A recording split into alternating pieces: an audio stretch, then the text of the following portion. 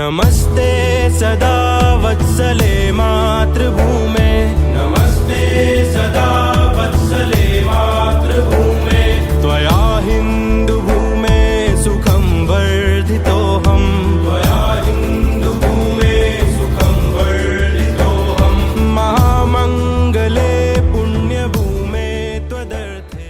अरे भाऊ 1967 साली म्हणजे वयाच्या 19व्या वर्षी साधारण आपण ईशान्य भारतामध्ये संघाचा प्रचारक म्हणून जाण्याचं ठरवलं. त्याप्रमाणे तिथे तुमची नियुक्ती झाली 65 साली.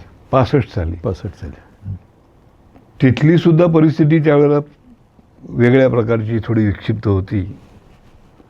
चीनच्या आक्रमणाचा एक प्रभाव तिथल्या लोकांच्या मानसिकतेवरती होता. सरकारकडून उपेक्षा झाल्याची, वाऱ्यावर सोडल्याची एक भावना त्यांच्या मनामध्ये होती आणि त्यामुळे तिथलं जनमानस थोडं सरकारविरुद्ध आणि त्याचा फायदा घेणाऱ्या विघटनवादी शक्तींच्या कारवायासुद्धा धर्मांतरापासून व्यसनाधीनतेकडे नेण्यापर्यंत सगळ्या सुरू झालेल्या होत्या. आणि अशा स्थितीमध्ये संघाचा प्रचारक या नात्याने एका मोठ्या समूहासोबत आपण माझ्या माहितीप्रमाणे ईशान्य भारतामध्ये गेलात. असं प्रचारक निघावं अशी उत्कटता मनामध्ये कशी निर्माण झाली आणि पूर्वांचलामध्ये जायचं आहे हे ऐकल्यानंतर, तिथे गेल्यानंतर एकूण मानसिकता आणि तिथल्या परिस्थितीचा जो काही प्रभाव परिणाम झाला असेल त्याच्याविषयी जरा आम्हाला जाणून घ्यायला आवडेल.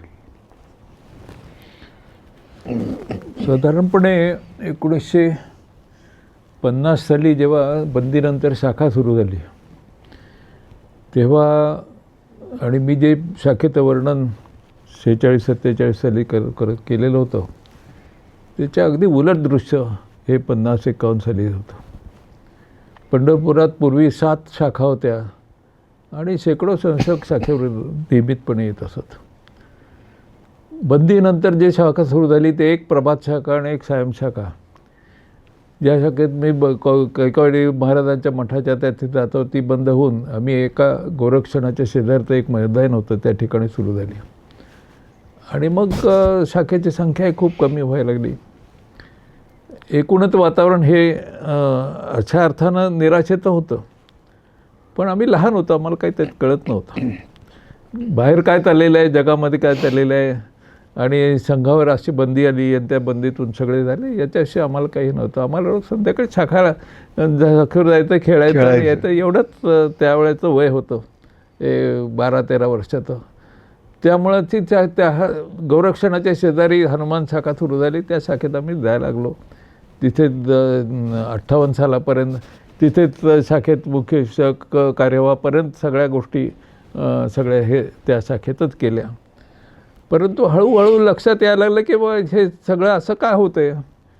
हे जे वातावरण जे 46-47 साली संघाचा एवढा मोठा प्रभाव होता सगळीकडे, या निमित्तानं एक आठवण मुना सांगाविषयी वाटते.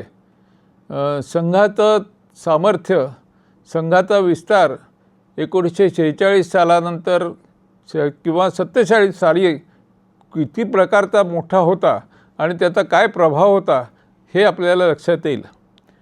संघाच्या शाखा जशा चालत होत्या तशा संघाचे काही विशिष्ट कार्यक्रमही असत.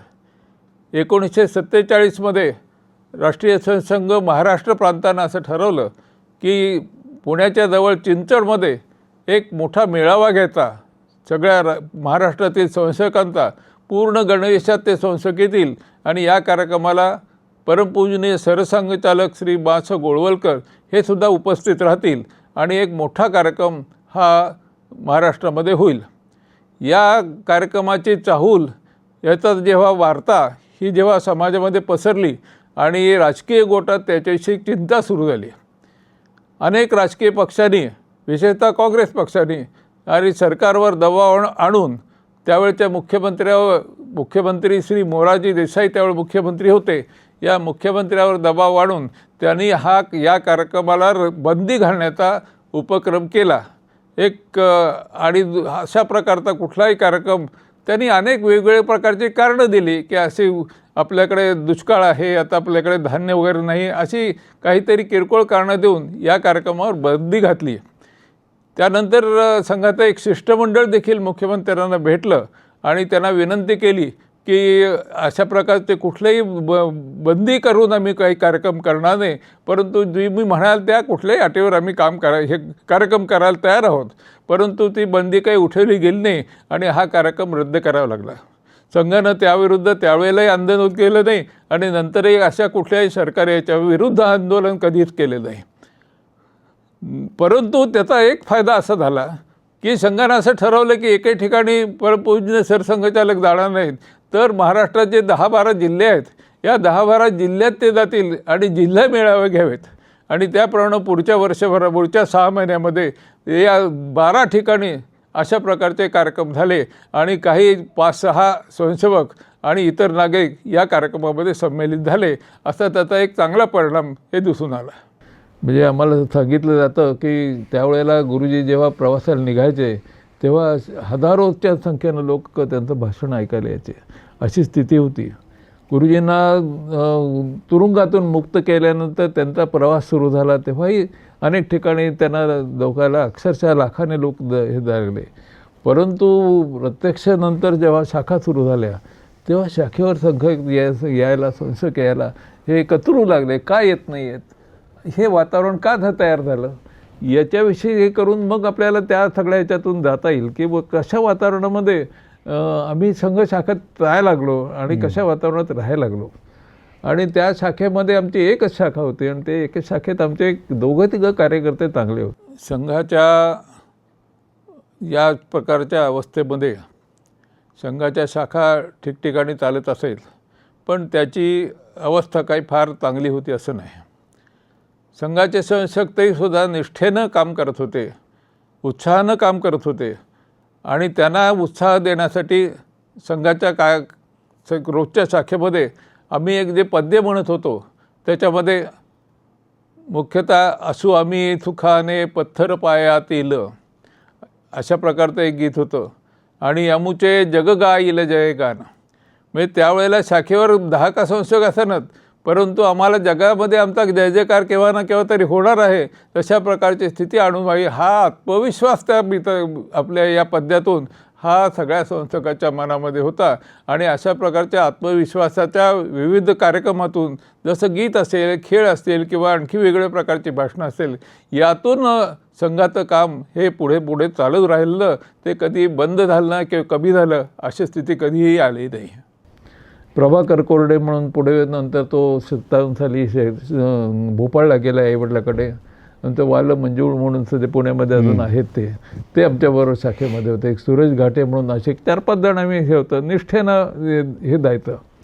आणि सगळ्यात मोठी कामगिरी त्यावेळेला सगळ्याचं जे संघाचे काम हे सुरू झालं आणि ते टिकलं आणि तुमच्यावर संस्कार कसे हे झाले त्याचं कारण असं की प्रचारक संस्था किंवा संकल्पना जेव्हा संघामध्ये सुरू झाली त्या या प्रचारकांच्यामुळेच पुढचे सगळे जे पुन्हा संघशाखाला जे वाढ झाली, संघशाखा टिकली आणि वाढवली आणि त्याच्यात एक काय म्हणतात ज्याला प्राण भरला, असा उत्साह तयार केला.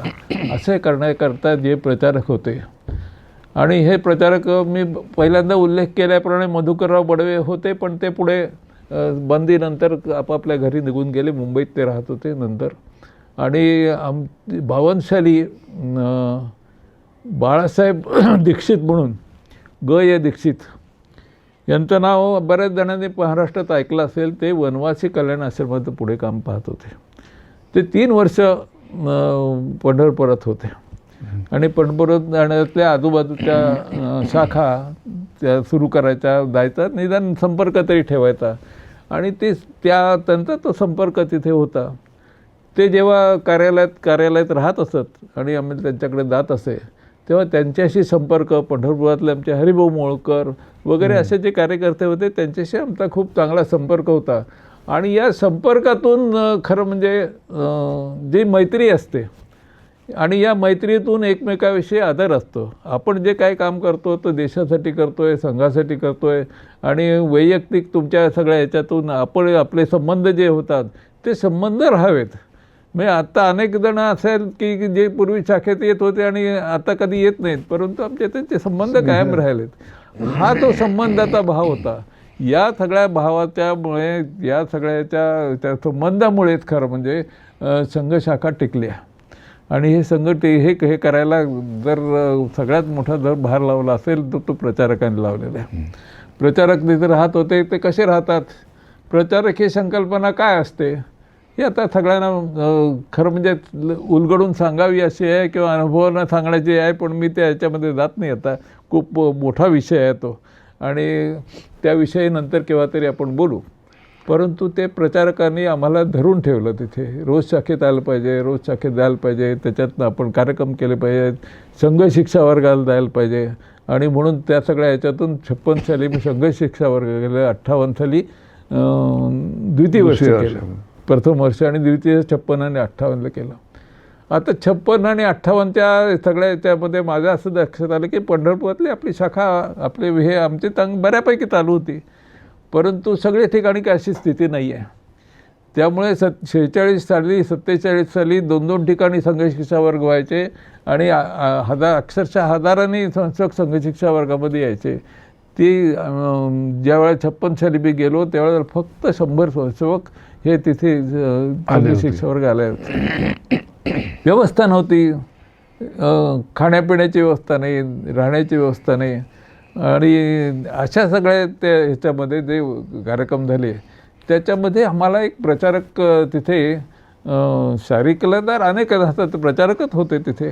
परंतु जे आमच्या चर्चेचा कार्यक्रम दुपारी साधारणपणे 3:30 4:30 5 तास असे, याच्यामध्ये दामोदर दाते आम्हाला तिथे चर्चेला प्रवर्तक, आणि त्यांच्याबरोबर चर्चा करताना संघ म्हणजे काय आहे, संघाचं काम काय करतो आपण, करतो म्हणजे काय करत असतो, यातून आपल्याला काय साधायचं आहे, आणि हे संघाच्या कामाची आपल्याला अपेक्षा काय आहे, तुम्ही काय अपेक्षा करता, याच्या संबंधी खूप चर्चा. आणि काय त्याला बुद्धीनं म्हणतात ना, आपल्या मनानं हे आणि बुद्धीनं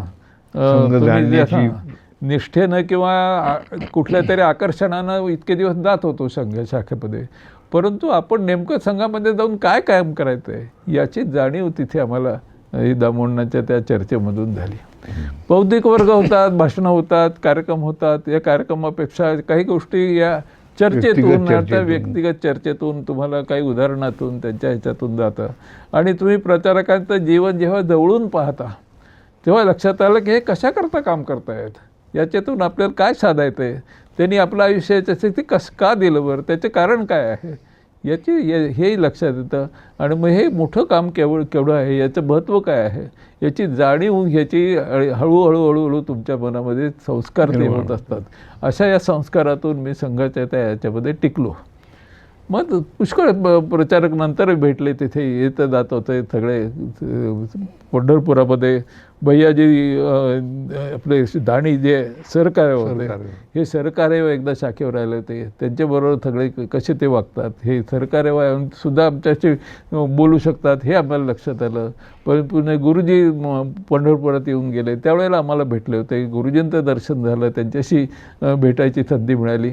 हा सगळ्या ह्याच्यातून आम्हाला लक्षात आलं की संघाचं कामाचं स्वरूप काय आहे आणि आपण त्याच्यामध्ये काय करायचं आहे आणि आपण केल्यानंतर याच्यातून काय होणार आहे याची थोडीशी अंदुकशी तरी कल्पना याच्यामध्ये निर्माण झाली. आणि आज जे संघाचं स्वरूप आहे हळूहळू ठीक आहे, परिस्थिती जे बदलेल तेव्हा आपण हे करू. आणि थोडंसं लक्षात आलं की 56पेक्षा 58 साली मी जेव्हा गेलो तेव्हा परिस्थिती थोडीशी आणखी चांगली सुधारली होती.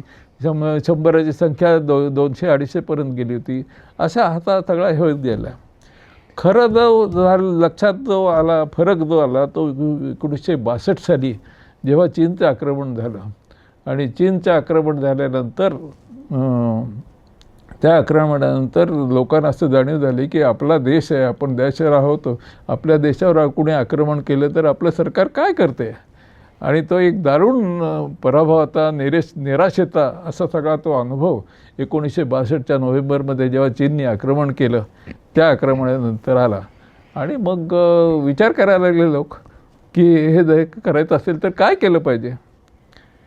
पुण्यातली एक गोष्ट सांगतात, मी त्या दिवशी त्या भेटीमध्ये नव्हतं, गुरुजी आले होते 1962च्या त्या पराभवानंतर. आणि पुण्यातले मोठे मोठे आमचे संघाचे ज्यांनी आयुष्यभर काम केले संघाचे असे अनेक कार्यकर्ते गुरुजींना भेटायला गेले. आणि त्यांनी एक गुरुजींना प्रश्न विचारला की इतके दिवस आपण संघ चालवतोय, 1925 सालापासून संघ चालवतोय, आणि आता या चीननी आक्रमण केलं, त्या आक्रमणाचा प्रतिकार देखील आपण करू शकत नाही. अशी जर देशाची स्थिती असेल आणि त्याच्यात आपण जर बदल करू नसेल तर हे संघ साकार चालवण्यात काय अर्थ आहे, असा डायरेक्ट प्रश्न विचारला. आता गुरुजींनी काय उत्तर द्यायचं, तरी म्हटले जी काही गोष्ट आपण करतो ती जी कार्यपद्धती आपण या कार्यपद्धतीतून समाजमन तयार झालं पाहिजे.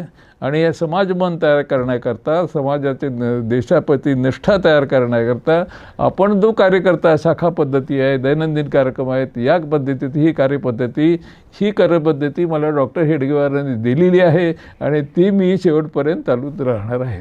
आणि कोणाला ज्यांना यायचं असेल त्यांनी यावं शाखेत, नाही तर पहिल्या एका संस्थेपासून मी शाखा पुन्हा सुरू करेन.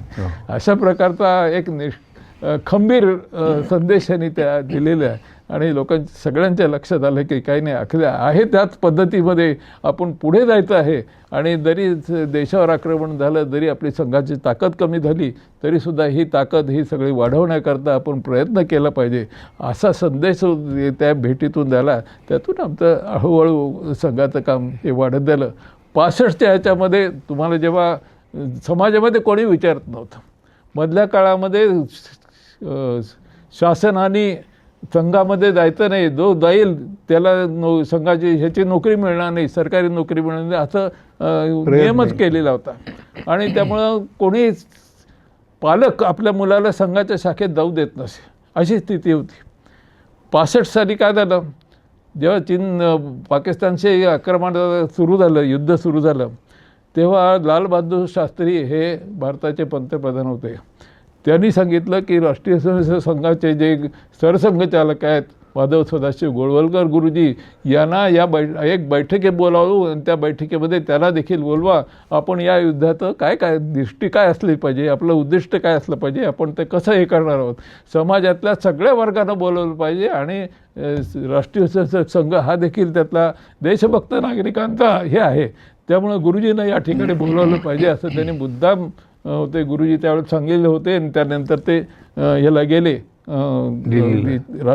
लालबहादूर शास्त्रींच्या भेटीला गेले. आणि एक प्रकारची मान्यता ही समाजाकडून त्याला मिळाली. तो एक मोठा हे झाला की मला संघ आता कुणीतरी सरकारनं हे केलेलं आहे आणि दुर्लक्षित केलेला असा एक संघटना आहे, अशी काही स्थिती नाही आहे. हा संघाची मान्यता ही शासनापर्यंत सुद्धा आहे, समाजापर्यंत आहे. अशा प्रकारचा एक विचार हा सगळ्यांच्या समाजामध्ये एक आत्मविश्वास निर्माण करून गेला. आणि आपण देशाचं संरक्षण करण्यामध्ये काहीतरी आपण भाग करू शकतो, हाही झाला. पुढे मग राजकारणामध्ये जे काही चालत असतं त्या चालकाचं अनेक गोष्टीच्या त्याच्यामध्ये घडून गेल्या. आणि 75ची जेव्हा आणीबाणी आली तेव्हा नंतर जेव्हा 48 साली जसे अत्याचार झाले असे अत्याचारही 75 साली झाले, परंतु त्यातूनही संघ बाहेर पडला. प्रचारक म्हणून परतल्यानंतर वेगवेगळ्या क्षेत्रातल्या जबाबदाऱ्या संघाच्या कार्यकर्त्यांनी सांगितल्यामुळे आणि यदृच्छेने अशा आपल्याकडे येत गेल्या. विद्यार्थी परिषदेचं काम आपण पूर्वांचलामध्ये विशेषतः 1 वर्षभर, त्यानंतर पुण्यात आल्यानंतरसुद्धा संघाच्या वेगवेगळ्या व्यवस्था विभागापासून आणि एकूण समाज जीवनाचा विचार करायचा झाला तर बँकेचे आपण अध्यक्ष राहिलात. भारतीय विचार साधना जी प्रकाशन संस्था आहे त्याचंही काम आपल्याकडे आलं. प्रबोधन मंच या नावाने आता जो उपक्रम चालतो गेली अनेक वर्ष, त्याचे तर तुम्ही प्रवर्तकच राहिलात. याच्यासोबत व्यक्तिगत जीवनही सुरू होतं, चरितार्थाचे सगळे प्रयत्न, अर्थातच प्रापंचिक चरितार्थाचे. त्यानिमित्ताने उद्योग क्षेत्रामध्ये सुद्धा तुमचा दीर्घ अनुभव राहिला. त्यामुळे एका अर्थाने व्यक्तिगत जीवन आणि दुसऱ्या बाजूने संघाचं काम किंवा संघाच्या दृष्टीने अन्य क्षेत्रातलं काम अशी जी प्रक्रिया दीर्घकाळपर्यंत आजपर्यंत चालत आलेली आहे त्याच्याकडे आज मागे वळून बघताना काय वाटतं? याच्यासाठी सुद्धा खूप मागे जावं लागेल. संघाची बंदी आली 48 साली आणि तेव्हा संघाच्या कार्यकर्त्यांच्या मनामध्ये अनेक शंका निर्माण झाल्या. त्याच्यामध्ये एक गोष्ट अशी झाली की समाजाचा जो पाठिंबा त्यावेळेला संघाला पाहिजे होता तसं मिळालेलं नाही. मग संघाचा पाठिंबा का नाही मिळाला? संघाच्यामध्ये आपण एवढे चांगले निष्ठावंत स्वयंसेवक आहोत, संघटन चांगलं आपलं आहे आणि मोठं विशाल आता संघटन होत आहे, संख्याही त्यांची मोठी होती. मग समाज आपल्याबरोबर काय येत नाही? अशा प्रकारचा मग काही जण म्हणते संघ हा समाजाभिमुख झाला पाहिजे असं काही जणांचं म्हणणं होतं. म्हणजे काय झालं पाहिजे? मग संघामध्ये असं विचार जेव्हा सुरू झाला तेव्हा संघाशी संपर्क झाला पाहिजे, प्रसिद्धी करता किंवा संपर्क करता काहीतरी निर्माण झालं पाहिजे, लोकांच्यापर्यंत गेलं पाहिजे, जे रोज शाखेत येत नाहीत त्यांच्यापर्यंत गेलं पाहिजे. अशा प्रकारचे एक वातावरण नंतर हे सुरू झालं, विचार सुरू झाला. आणि मग त्यातून दैनिक भारत, साप्ताहिक विवेक, त्याच्यानंतर एकता मासिक अशा प्रकारचं हे सुरू झालं. त्यावेळेला 48-49 विद्यार्थी परिषदही त्या काळामध्ये सुरू झाली. हिंदुस्तान समाचार दादासाहेब आपट्याने सुरू केलेलं होतं, त्याचंही अधिक मोठ्या प्रमाणात काम सुरू झालं. असं जे काम सुरू झालं याचा मी शाळेत असतानापासून मी त्याचं वाचन करत होतो. मी दैनिक भारत पाहत असे, केसरी पाहत असे, एकतेचं वाचन करत असे. शाळेत असताना देखील या गोष्टी सहजपणे वाचनात माझ्या येत असतात. आणि त्यापेक्षा देखील दुसरं असं झालं की आमच्या घरामध्ये वातावरण असं होतं की तुमचं पुस्तक वाचनाचं एक हे होतं. आमचं घर जे होतं त्या घराच्या डाव्या बाजूला एक दुकान होतं, ते जुन्या पुस्तकाचं दुकान होतं. समोरच्या बाजूला तर तो धार्मिक पुस्तकांचं दुकान होतं आणि उजव्या बाजूला जे होतं एक प्रकाशक होते. अशा त्या सगळ्या ह्याच्यामध्ये आमच्या घरातल्या सगळ्यांना वाचनाचे खूप आवड. म्हणजे आमच्या दादाची गोष्ट माहिती आहे, ते वाचनाला किती हे करत होते. त्यामुळे वेगळी पुस्तकं यायची, ते आम्ही लहानपणापासून वाचत होतो. आणि साहित्यिकही यायचे, अनेक साहित्य, गंगाधर गाडगीळ असतील, बाबू बोरकर असतील, हे आमच्याकडे येऊन राहून गेलेले आहेत. व्यंकटेश माडगुळकर, ग दि माडगुळकर हे तर सहजपणे आमच्याकडे येत असत. अशा सगळ्या साहित्यिकांचं येणं जाणं हे सगळं सुरू होतं. पुस्तकाचं वाचन सुरू झालं. त्यामुळे विचार करण्याची जी होती, केवळ शाखेत आम्ही जात नव्हतो, विचार करण्याची, घरामध्ये चर्चा करण्याची. रोज आमच्याकडे सकाळी संध्याकाळी आमचे वडीलही या विचाराचे होते. त्यामुळं ते विचार करत असताना मग काय आपलं काय कार्यक्रम चालतो, कसा चालतो, आज हा काय म्हणाला, तो काय म्हणाला, यातून समाजातलं राजकारणातलं काय काय चाललेलं असतं याची एक जागरूकता ही पहिल्यापासूनच होती. विशेषतः मग पुण्यामध्ये जेव्हा आलो तेव्हा पहिल्या 1-2 महिन्यात ते घडलेला प्रसंग तुम्हाला सांगतो. मी असा एका दिवशी बसलो तर स. देशपांडेंचं नाव तुम्ही ऐकलं असेल. स. देशपांडे आले, म्हटले दादा कुठे आहेत? म्हटलं आतमध्ये आहेत, येत आहेत, आंघोळ वेगळं करून येत आहेत, बसावतो म्हटले. आणि स. देशपांडे बसले. तेवढ्यात अनंतराव देवकुळे आले, ते मला भेटायला आले होते. अनंतराव असे करता आलं होते की मी 58 साली द्वितीय वर्ष झालो, आता याला कुठल्या तरी शाखेत हे घेऊन गेलं पाहिजे, ते घेऊन जाण्यासाठी आले होते. तर त्यांनी स. देशपांड्यांना पाहिलं. आता दोघंही संघातले होते. स. देशपांड्याने पुष्कळ संघावर काम केलेलं होतं हे ते. आणि मग त्यांची जी संवाद झाला, त्यांची झक्कापक्की सुरू झाली, एक प्रकारचं द्वंद्व होतं ते. आणि ते मी ऐकलं. काही गोष्टी मला कळल्या, काही गोष्टी संदर्भ मला लागले नाहीत, पण लक्षात आलं की यांचे काहीतरी हे आहेत. आणि मग दादाचे जे बरोबरचे होते सगळे हे पु ग सहस्त्रबुद्धे म्हणून जे मराठी इतिहास वगैरे शिकवायचे, त्यांच्याबरोबर त्याच SP कॉलेजमध्ये स. देशपांडे होते, विद्याधर पुंडलिक होते, अशी सगळी मंडळी ती साहित्यिकाची मंडळी होती. आणि त्या साहित्यिकांचं येणं जाणं सगळं आमच्याकडं तिथे होतं. आणि मग ते लोक संघावर टीका करायचे. ते टीकाही मी ऐकत असे. मग त्यातलं काय खरं आहे, काय खोटं आहे, काय दृष्टिकोन पाहिजे, संघामध्ये चर्चा होते. आणि त्याच्यात लक्षात आलं की संघामध्ये अधिक जरा वैचारिक देवाणघेवाण झाली पाहिजे. ती कशातनं होईल मग, मासिक, दैनिक, साप्ताहिक, चर्चा, घरती, असं वेगवेगळ्या प्रकारचे संपर्काची साधनं आहे त्यातून झाली पाहिजे. अशा प्रकारचं ते सगळं होतं. त्यामुळं जेव्हा विद्यार्थी परिषदेत मी काम करायला लागलो 1962-63 साली, माझ्याकडे जबाबदारी आली. त्या विद्यार्थी परिषद काम करत असताना जेव्हा अनेक प्रकारच्या लोकांना भेटायची सवय आली. मी अगदी काका गाडगिळांना मी भेटलो, त्यांना कार्यक्रमात बोलावलं होतं. त्यावेळेला ते पंजाबहून मंत्री नव्हते, गव्हर्नर होते पंजाबचे, ते निवृत्त होऊन आले होते. त्यामुळे ते काँग्रेसचे माहिती होतं त्यांना, पण तरीसुद्धा आम्ही गेलो. अशा अनेक लोकांना भेटलो, त्यांना बोलवायचं. ती एक सवय झाली कार्यक्रमाची सगळ्या ह्याच्यातून. आणि मग त्या ह्याच्यातून जेव्हा असं लक्षात आलं की आता आपण पूर्ण वेळ काम केलं पाहिजे, तेव्हा त्या सगळ्या ह्याच्यातून 65 साली आम्हाला सांगितलं की तुम्ही, पहिल्यांदा मी नाशिकला गेलो आणि मग पूजनीय गुरुजीने असं हे केलं होतं की काही लोकांना आसाममध्ये पाठवायचं. आता ही माझी पार्श्वभूमी होती, ही मुख्यतः त्याच्यापूर्वी 3-4 वर्ष विद्यार्थी परिषदेची होती. आणि म्हणून त्याने सांगितलं की अरुण साठेही त्याला पाठवलं होतं तिकडे, आणि त्याच्याबरोबर मलाही सांगितलं की तुम्ही जायचं आहे. अशा प्रकारचा तो सुरू झाला. आता तिथलं वातावरण काय, तिथे जे गेल्यानंतर ते जे काय होतं ते वातावरण आपल्याला वाटतं तसं तिथे खूप भयंकर काहीतरी घडत होतं असं काही नव्हतं. पण जे घडत होतं ते लोकांना समजत नव्हतं. आणि 2 प्रकारची संकटं ही येत होती, चालू होती, अगोदरपासूनच होती. आणि ती संकट आहेत हे जाणं नव्हतं. एक संकट होतं बांगलादेशमधून जे मुस्लिम इथे येत होते तिथे, आणि ते सगळे जमिनी बळकाव, नोकऱ्या कर, अमकं तगमं कर, कुठेतरी हे कर, हे करत होते. आणि ख्रिश्चन जे होते ते धर्म परिवर्तन करायचं हे काम करत होते. आता याची जाणीव तिथे नव्हती, त्यामुळे तिथला समाज शांत होता. ईशान्य भारतामध्ये, विशेषतः आसाममध्ये, जोरहाट, दिब्रुगड या भागामध्ये प्रचारक म्हणून आपण काम केलं. आणि मगाशी म्हटलं त्याप्रमाणे तिथेही एक विशिष्ट परिस्थिती त्या काळातही अनुभवली असेलच.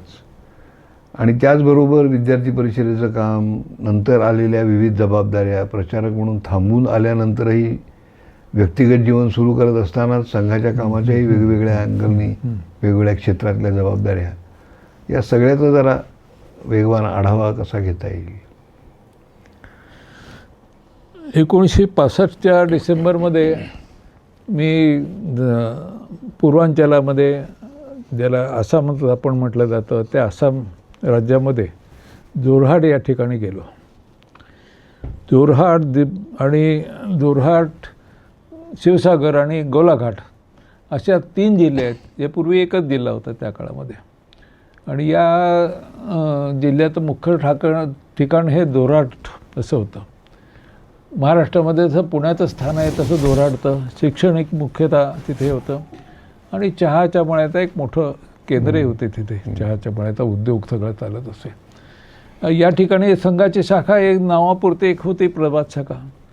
तिथे गेल्यानंतर बहुतेक सगळ्या असमिया बोलायची ही सगळी होती. मला काही असमिया येणं हे नव्हते, येतच नव्हती, समजतही नव्हती. हिंदीमध्ये सगळं हे चालू होतं. तिथलं एक मानमल म्हणून कार्यवाह होते, मूळ राजस्थानमधून आले. ते कापड्याचा व्यवसाय, रेडीमेड कपड्याचा व्यवसाय असा त्यांचा होता. त्यांच्याकडे मुक्काम केला. आणि हा मुक्काम करत असताना आता पुढे काय करायचं, कशा पद्धतीने जायचं, तर लक्षात आलं की पहिल्यांदा आपण असमिया शिकलं पाहिजे भाषा. त्याशिवाय लोकांशी काही ते संपर्क करता येत नाही. म्हणून ज्या भागामध्ये असमिया सगळे राहतात, कारण ज्या भागात म्हणजे मी राहत होतो तो सगळा बाजार होता, म्हणजे सगळे तिथे राजस्थानी, पंजाबी, हिंदी भाषे राहत होते. मुख्यतः हिंदी भाषेचं एक शाळा पण तिथे होती. आणि ते शाळेतले हेडमास्तर किंवा शिक्षक असे तेही शाखेत येत होते. त्यामुळे असं ठरवलं की सोलाधारा म्हणून एक भाग तिथे आहे, त्या भागामध्ये पण काहीतरी कार्यालयात असमिया सगळे वस्ती होती. ती अशा छोट्या छोट्या बंगल्यांची वस्ती होती. त्या भागामध्ये आम्ही बघलो कुठेतरी कार्यालयासाठी जागा बघायची म्हणून गेलो. आणि एका ठिकाणी कोणी सांगितलं की बाबा अमक्या ठिकाणी याला बोरा म्हणून तिथलं एक हे होते, त्यांनी एक छोटा बंगला बांधलेला होता आणि त्यांच्याकडे जागा आहे काहीतरी भाड्यानं देण्याचे असं होतं, म्हणून गेलो त्यांच्याकडे. माझ्याबरोबर आमचे मानमल नाहर आणि एक शिक्षक होते राय म्हणून, अशा मी तिघेजण गेलो. त्यांनी त्या मानमल नाहर असमिया चांगलं बोलायचे, तेव्हा त्यांनी असमियामध्ये सुरुवात केली बोलायला, सांगितलं की असं असं आहे आणि आम्हाला जागा पाहिजे. ते म्हणले जागा ठीक आहे, पण तुम्ही कोण आणि काय? मग प्रत्येकाने नाव सांगितलं आणि मग माझाही परिचय करून दिला. ते म्हणले जागा कोणासाठी पाहिजे? ते म्हणले संघाचा हे प्रचारक आहे आणि त्याला पूर्ण वेळ संघातच काम करणार आहे आणि त्याच्यासाठी जागा पाहिजे. संघ म्हणजे कोण? म्हणले ते RSS का, असं त्यांनी विचारलं. तर सगळ्यांनी सांगितलं हो ते RSS म्हणणं. हो तर गांधी महाराज संघ म्हणजे तोच का म्हणले. पहिलं वाक्य द्यायचं जे होती ते गांधी महाराज संघात होतं का. आता आम्ही त्यांना सांगण्याचा प्रयत्न केला की काही संघाचा काही संबंध नव्हता त्या गांधी महाराजशी, पण ते ऐकण्याच्या अगोदर म्हणले ठीक आहे म्हणले, ते तुम्हाला काय जागा पाहिजे तर मी देऊ, काय काळजी. तर ते झालं, तिथे मी राहायला लागलो आणि माझं ठरवलं की इथे सायम शाखा सुरू करायची, बाल शाखा सुरू करायची आणि त्या शाखेत जाता जाता त्या शाखेशी संबंध ठेवता तर असं शिकायचं. आणि त्याप्रमाणे मग शाखा सुरू केली तिथे. तिथल्या त्या आमच्या जे हे होते बोरा म्हणून होते, त्यांनी मला मदत केली. त्यांच्या मुलांना सांगितलं दारे यांच्याबरोबर, त्यांनी मग ओळख करून दिली. आजूबाजूला सगळ्या शाखा सुरू झाली, प्रार्थना घ्यायला लागलो, खेळ सुरू झाले. मग त्यांच्याशी बोलताना आता त्याला हिंदीसुद्धा येत नव्हती त्या मुलांना, त्यामुळं कंपल्सरी तुम्हाला असमिया समजूनच घ्यावं लागायचं. आता हळूहळू त्यांची भाषा समजायला लागली. मी त्याच्याशी एक एक शब्द एक एक वाक्य असं बोलायला लागलो. हळूहळू 1-1.5-2 महिन्यामध्ये मला असमिया समजायला लागली आणि थोडं बोलायला सुरुवात झाली. मग मी वर्तमानपत्र सुरुवात केली आणि मग नंतर त्याच्यातलं एक एक अक्षर घेऊन वाचायचं कसं, हे करायचं, उच्चार कसे करायचे याच्यामध्ये थोडं माहिती काही शिक्षकांच्याकडून वगैरे अशी घेतली. आणि साधारणपणे 3-4 महिन्यामध्ये मला असमिया कामापुरती बोलायला यायला लागली.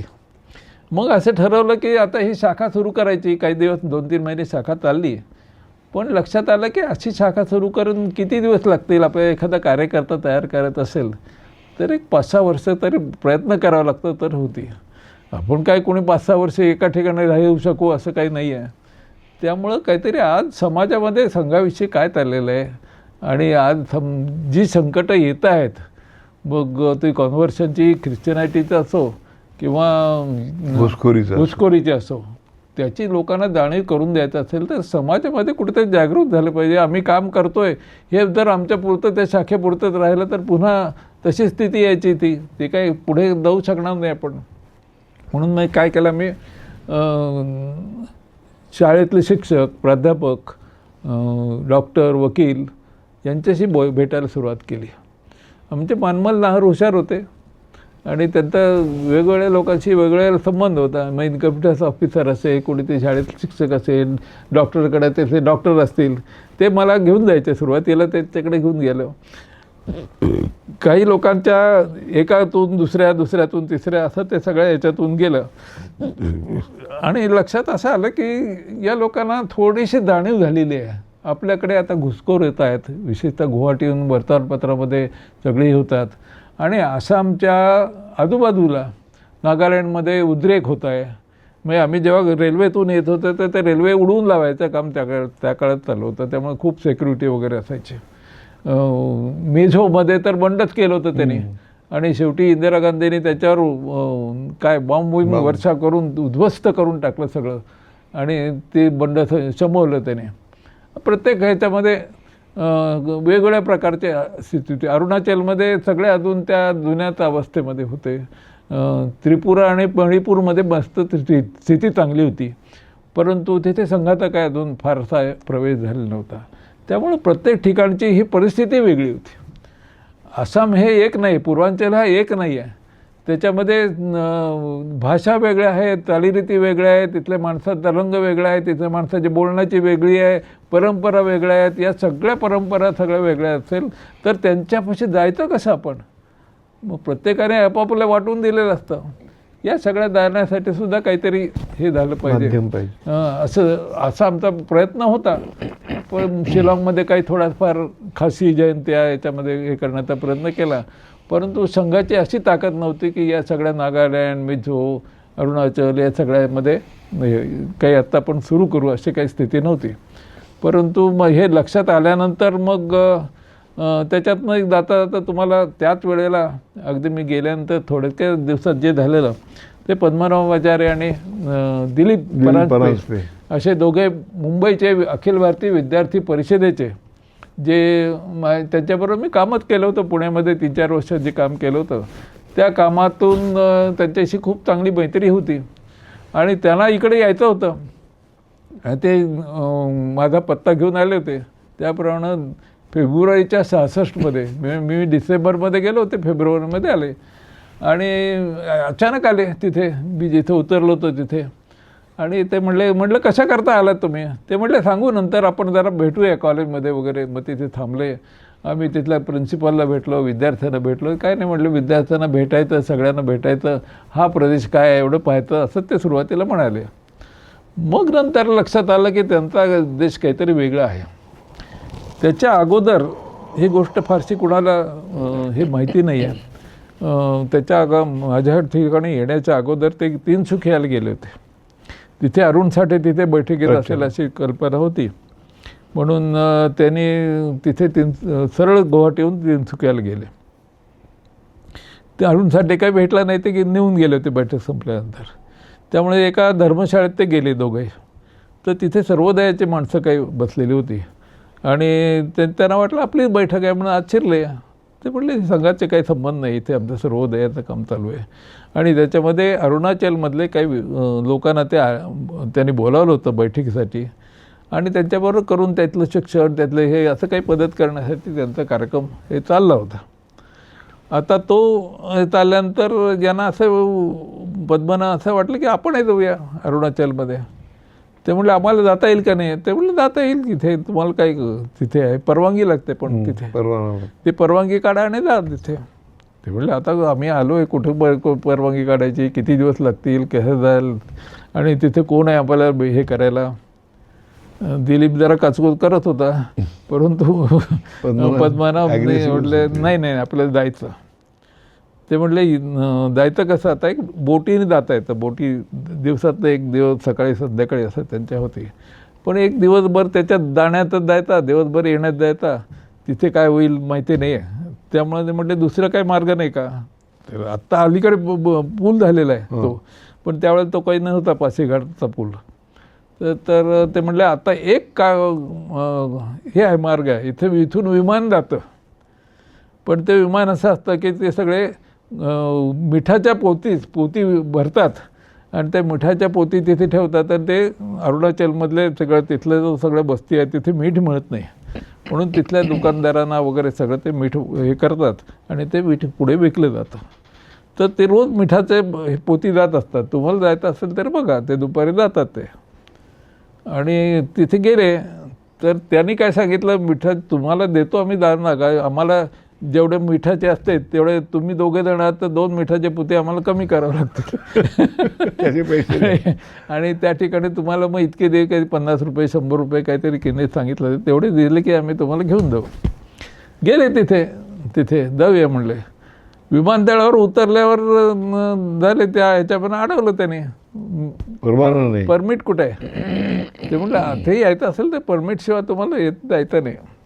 पुष्कळ त्यांना सांगितलं आम्ही मुंबईहून आलो, मुंबई विद्यापीठातून. ते म्हटलं इथं कशासाठी आला? ते म्हटलं इथल्या विद्यार्थ्यांना पासीघाटमध्ये त्यावेळेला नुकतंच कॉलेज सुरू झालं होतं, तर कॉलेजच्या त्याच्यामध्ये विद्यार्थ्यांना आम्हाला भेटायचं आहे असं त्यांनी सांगितलं.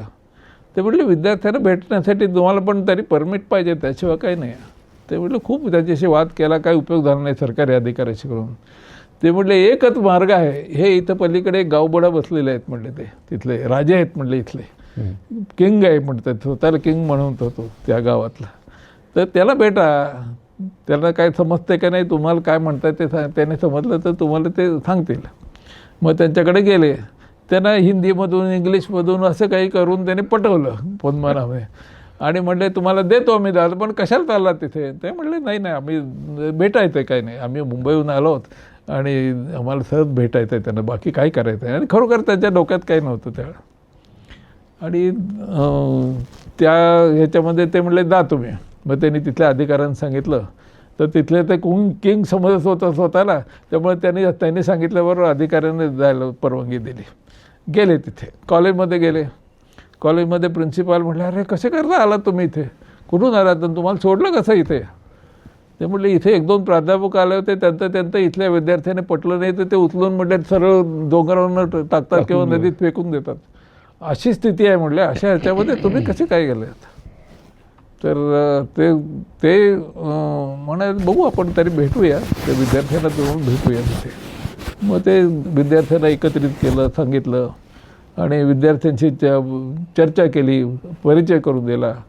पण शेवटी त्यांनी विचारलं विद्यार्थ्यांनी की तुम्ही आलात कशा करता इथे? आम्ही इथे बाहेरच्या कुणाला आणून देत नाही, तुम्ही कसे आलात इथे आणि कशासाठी आलात, काय कारण आहे?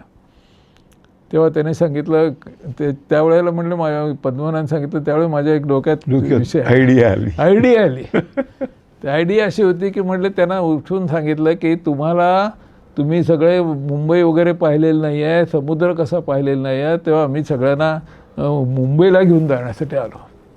आम्ही सगळ्यांना इथल्या विद्यार्थ्यांना, कॉलेजच्या विद्यार्थ्यांना मुंबईला घेऊन जाणार.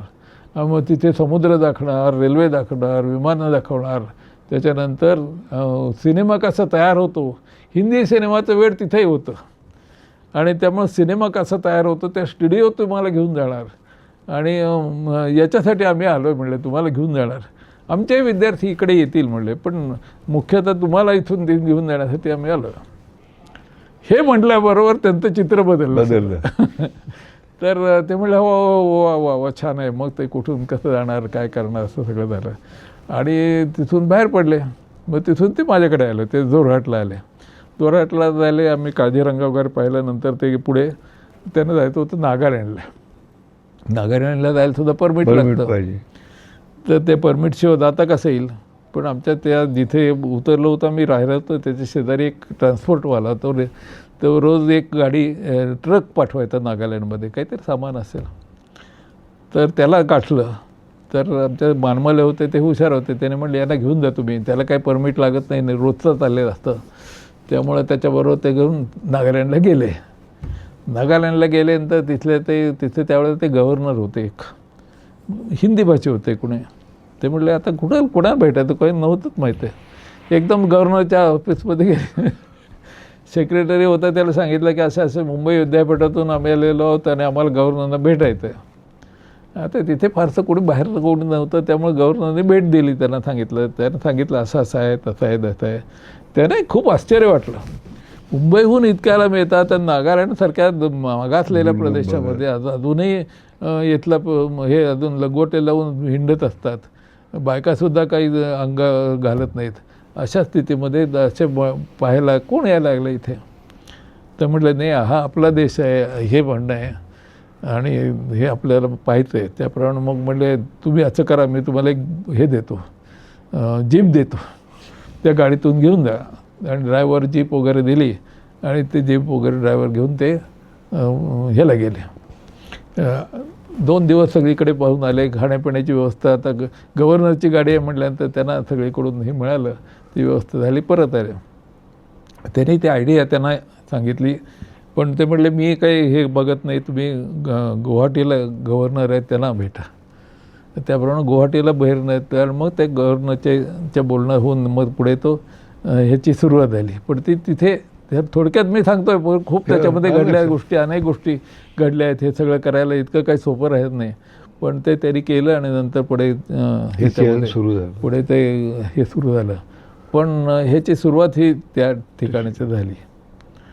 तर त्या सगळ्या ह्याच्यामध्ये माझं वाचन तिथे चालू होतं. त्याच्यातनं मी विवेकसाठी महिन्यातनं एक वर्तपत्रही पाठवत असे. त्यामुळे त्याच्यासाठी मी या वर्तमानपत्र, इंग्लिश स्टेट्समन वगैरे वाचत असे, तिथल्या लोकांनाही भेटत असे. आणि माझ्या लक्षात आलं की समाजामध्ये जर तुम्हाला हे करायचं असेल तर समाजामध्ये संघ काय करतो हे सांगितलं पाहिजे.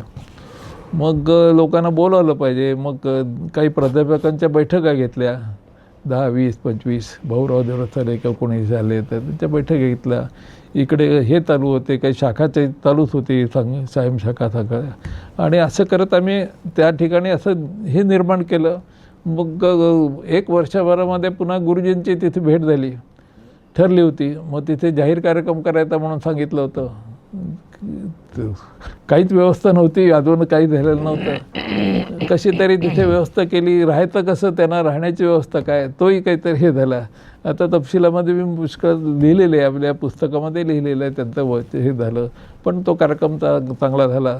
पुढल्या वर्षी एक कार्यक्रम चांगला झाला. आणि मग त्या भागामध्ये जोरहाटमध्ये एक वातावरण आपलं संघाला अनुकूल असलेलं असा एक वर्ग त्या सगळ्या याच्यातून तयार झाला. नंतर मी 1 वर्ष मला सांगितलं की आता तुम्ही दिब्रुगडला जा, कारण तिथे जे प्रचारक होते ते काही कारणानं नागपूरमध्ये परत गेले होते. आणि म्हणून तिथे जाणं मला भाग होतं. वर्षभर त्याच्यामध्ये जाऊन राहिलो तिथे आणि दिब्रुगड, तिनसुकिया याच्यामध्ये राहिलो. आणि तो तिथून वर्षभर झाल्यानंतर इकडे विद्यार्थी परिषदेचं काय काम सुरू करावं अशी इच्छा त्यावेळेला पद्मनाभ आचार्य जे नंतर अध्यक्ष झाले त्यावेळेला, आणि एकूणच सगळ्यांचे होते की आसाममध्ये सुरू झालं पाहिजे. बंगालमध्ये अरुणने सुरू केली होती, आसाममध्ये सुरू झाली पाहिजे. आणि मला जरा अनुभव व्हायचा होता विद्यार्थी परिषदेचा पुण्यातला, म्हणून प्रचारकांची बैठक जी झाली जोरहाटमध्ये 69 साली, त्या बैठकीमध्ये भाऊरावांनी सांगितलं की तुम्ही आता विद्यार्थी परिषदेचं काम इथे सुरू करा. म्हटलं ते जोरहाटमध्ये राहून काही होणार नाही, त्याला गुवाहाटीतून जावं लागेल. आणि मग गुवाहाटीमध्ये विद्यार्थी परिषदेचं काम आम्ही सुरू केलं. नेहमीप्रमाणे विद्यार्थी कॉलेजमधल्या विद्यार्थ्यांशी बोलणं, प्राध्यापकांना बोलणं, ते करणं, अनेक प्रकारच्या कार्यक्रम करणं, बैठका घेणं असं सुरू केलं. त्याच्यामध्ये गुवाहाटीमध्ये ठिकठिकाणी कॉलेजच्या याच्यामध्ये वसतिगृहामध्ये जाणं हे सगळं सुरू केलं. बऱ्याच गोष्टी त्याच्यात कार्यक्रम झाला. डिसेंबरमध्ये मला वाटतं त्या वर्षी हे झालं, अखिल भारतीय अधिवेशन कलकत्त्याला झालं. आणि त्याच्यामध्ये आम्ही 40-45 विद्यार्थ्यांना घेऊन गेलो. दिल्लीमध्ये मोर्चा झाला, त्या मोर्चाला घेऊन गेलो. गुवाहाटीमध्ये एक आसाममधल्या 4-5 ठिकाणच्या विद्यार्थ्यांना बोलून ते एक आसामचं एक संमेलन, असा वेगळे प्रकारचे कार्यक्रम ते सगळ्या याच्यातून झालं. विद्यार्थी परिषदेची सुरुवात झाली तिथे. पुढे मग वर्ष 2 वर्ष कोणीच नसल्यामुळे कदाचित हे झालं, बहुतेक झालं नाही. आणि मग नंतर आणीबाणी आली, पुढे झालं. नंतर मग सतीश वगैरे हे आले तिथे. त्यानंतर मग पुढे फार चांगल्या रीतीनं काम सुरू झालं. ईशान्य भारतामध्ये तुम्ही राहिल्याचा कालावधी 1965, ईशान्य भारतात राहिलेला कालावधी 5 वर्ष, 65 ते 70 त्यातली हे सांगतो मी. जूनमध्ये मला असं वाटायला लागलं की माझी तब्येत काही बरी नाही आता जूनमध्ये. आणि मी भाऊरावांशी बोललो की म्हटलं मी आता घरी जातो. आणि ते म्हटले मी नाही सांगणार, ते गुरुजींच्याकडे आहे म्हटलं सगळं. मग गुरुजींना भेटलो. गुरुजी आलेच होते संगीत शिक्षा वर्गात. त्यांनी सांगितलं की बा असं अशी इच्छा आहे. ठीक आहे म्हटले. तर त्यांना कळलं असं बहुतेक. पण आता दुसरं कोणीतरी बघू म्हटले प्रचारक इथे पाठवायचं. असं करून तेवढं बोलणं करून ठेवलं. पुन्हा माझ्या लक्षात आलं की आपण जेव्हा निघालो पुण्यातून तेव्हा नाना पालकर हे होते. त्यांनी सांगितलं की कमीत कमी तुम्ही 5 वर्ष इथे राहिलं पाहिजे. त्याला अजून 4 महिने अवकाश होतं. म्हटलं ठीक आहे, आपण जो शब्द दिलेला आहे 5 वर्ष ते 4 महिने पूर्ण करू. आणि त्याप्रमाणे नोव्हेंबर डिसेंबरपर्यंत इथे राहिलो आणि मग हे परत आलो तिथे.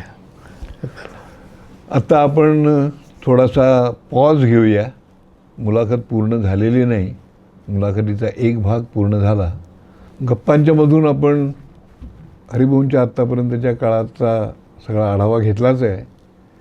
दरम्यान त्यांनी आपल्या मनोगताविषयीचं एक पुस्तक 2-3 वर्षापूर्वी प्रसिद्ध केलेलं आहे, वाटचाल नावाचं. त्यामुळे ज्यांना याविषयीचा अधिक तपशील जाणून घ्यायचा आहे त्यांना या पुस्तकाचाही उपयोग करून घेता येईल. तुर्तास एक भाग संपला मुलाखतीचा असं म्हणून आपण आत्ता थांबूया आणि दुसऱ्या भागामध्ये आपण पुढच्या काळाचा आढावा घेऊ. नमस्कार. हरिभाऊ. नमस्कार. धन्यवाद.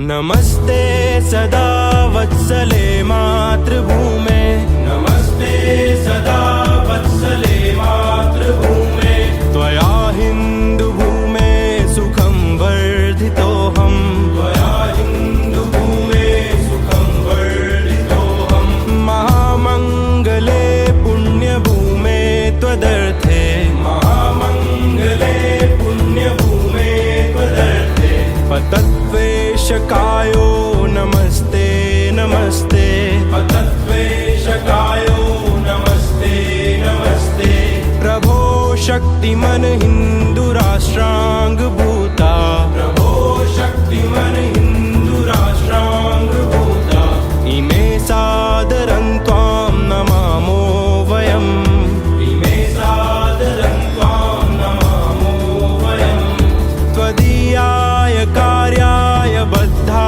कटीयं त्वदीयाय कार्याय बद्धा कटीयं शुभामाशिषं देहि तत्पूर्तये शुभामाशिषं देहि तत्पूर्तये अजय्याञ्च विश्वस्य देहीश शक्तिम् अजय्याञ्च विश्वस्य देहीश शक्तिं सुशीलं जगत्येन नम्रं भवेत् सुशीलं जगत्येन नम्रं भवेत् श्रुतं चैव यत्कण्टकाकीर्णमार्गं श्रुतं चैव यत्कण्टकाकीर्णमार्गं स्वयं स्वीकृतं नः सुगं कारयेत् स्वयं स्वीकृतं नः सुगं कारयेत् समुत्कर्षणु श्रेयसस्येकमुग्रं समुत्कर्षणु